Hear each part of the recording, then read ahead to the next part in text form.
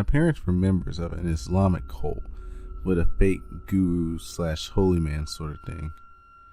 He used to lead group chants and things, and one time, while everyone's eyes were closed chanting away in the semi-darkness, me and him locked eyes, and he realized that I was laughing at how dumb it was. He had a vendetta against me since then. He turned my parents against me first, convincing them that one day in the future, he could read the future apparently, I would break their hearts and leave and destroy the family. Because they were so invested in him, they started believing it, and treating me, a 13-year-old, as if I had already committed the unspeakable act. After this, he made my parents focus on my older brother more than me, lavishing him with expensive gifts, such as Gucci watches, a brand new Mitsubishi Jeep with a private plate before he even passed his driving test, and experiences like executive box seats to major sporting events up and down the country, plus more. This wasn't enough. After this, he convinced all his followers that I was mentally handicapped and needed to be kept isolated. For most of my teenage years, I would come back to school / college / university to an empty house, many times not seeing another soul for weeks.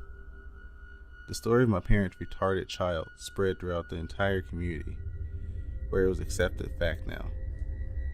The story of my parent retarded child spread throughout the entire community, where it is an accepted fact now, and I can't get married because everyone just assumes I'm mentally disabled.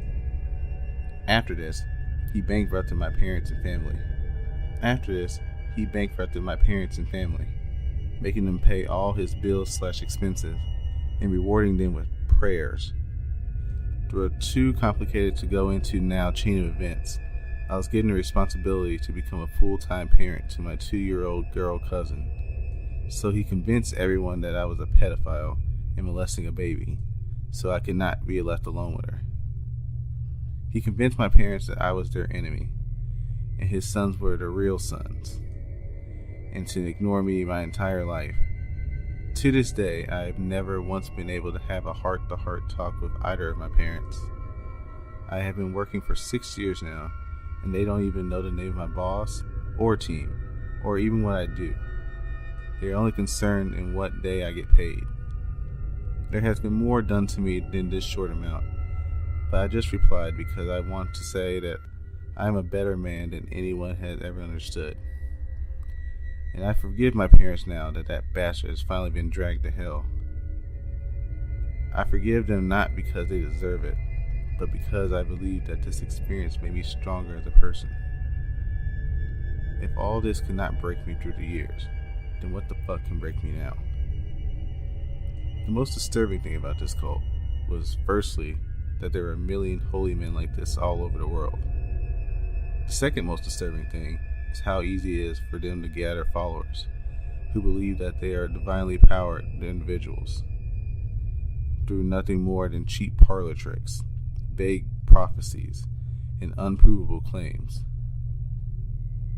If anyone is reading this who is going through something similar, all I would say is that your family is ill. If they were of sound mind, they would not be doing these things. Be kind. Be good. Be better than them. I grew up attending a small Baptist church outside of a large city. The Baptist church was very strict, and I grew up without TV or secular media of any kind. Some members of the church, including my parents, were not satisfied with the leadership of the church and decided to branch off and start a branch of a smaller, non-denominational church organization. My siblings were some of the few to go to regular school, but the rest were utterly sheltered from the world. In this church, women were not allowed leadership roles, and the men were seen as the head of everything. When my father started physically and mentally abusing myself and my siblings, he was sheltered by the leaders, and it was deemed to be my mother that was the problem. Their marriage deteriorated, and in my teens, my mom left the family and the church. The cult had a core of families that seemed to be the inner sanctum. The fathers had leadership roles, and all the kids in the family were intermarried with kids. These elders with leadership roles would only elect people deemed spiritual enough to serve within the church. If there was any sin found in your life, you were barred from volunteering in any way. This was a big deal, as service to the church was mentioned constantly. Public confession of sin was encouraged, as well as hearing words from the elders that were pre-screened by the pastor. The central belief of this church was the wrath of Christ and his judgment. This same church organization had multiple issues with child sex abuse scandals, and it was mentioned publicly and brushed off as lies by my church branch. As I grew older, I stood out more as I spoke against things that didn't seem right to me. Women not allowed in roles besides cooking, abuse from church leaders, etc. But in order to get by, I led somewhat of a double life. I got out by dating a non-Christian boy. We went on one date, and when I got home, my father was waiting with a bag packed for me. I still have a limited relationship with my parents. My father is still in the cult, although he is not in the best standing as one of his children, aka me, has turned, and I have cut off all contact with previous friends. It's kind of mental to think that this was my upbringing, as I turned out to be as normal as possible, but I can't really relate to most people's lives. I recently ended my commitment helping out a Buddhist group for a year and a half. I am being vague with my descriptions so as not to out anyone here.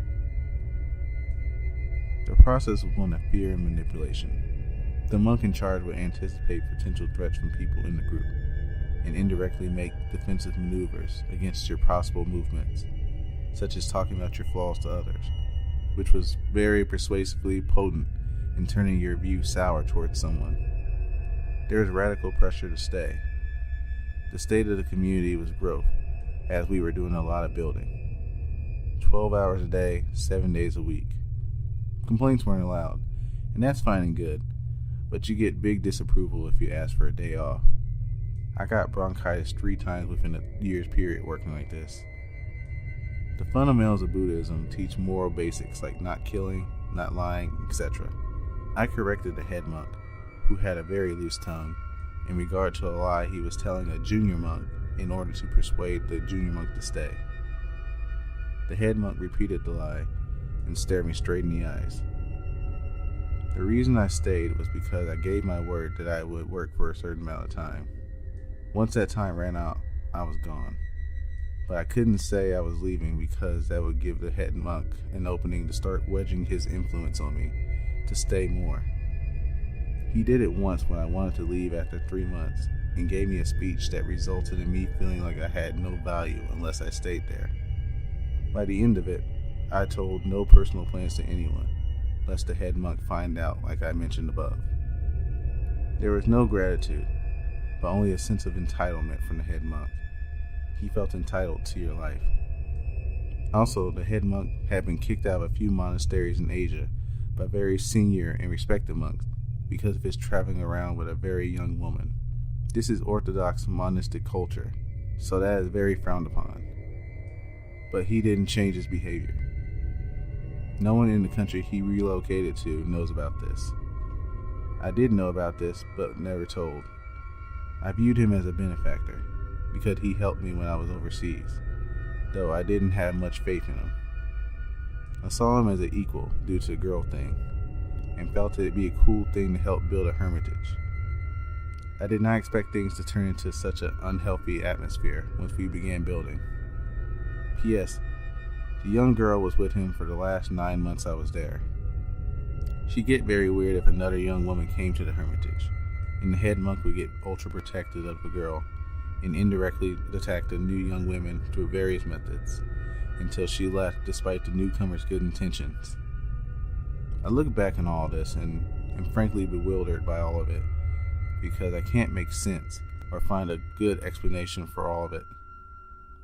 I ain't asking for any. I don't think there is any logic to the situation.